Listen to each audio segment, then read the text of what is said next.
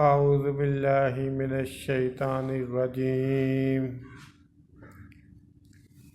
بسم اللہ الرحمن الرحیم وصدها ما كانت تعبد من دون اللہ انہا كانت من قوم کافرین، اور وہ جو اللہ کے سوا اور کی پرستش کرتی تھی، سلیمان نے اس کو اس سے منع کیا، اس سے پہلے تو وہ کافروں میں سے تھی۔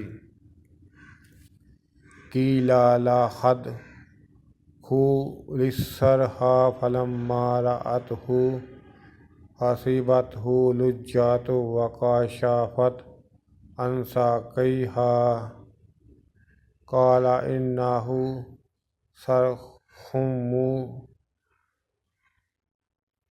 ممرد من قوارير قالت ربي إني ظلمت نفسي وأسلمت مع سليمان للہ رب العالمین۔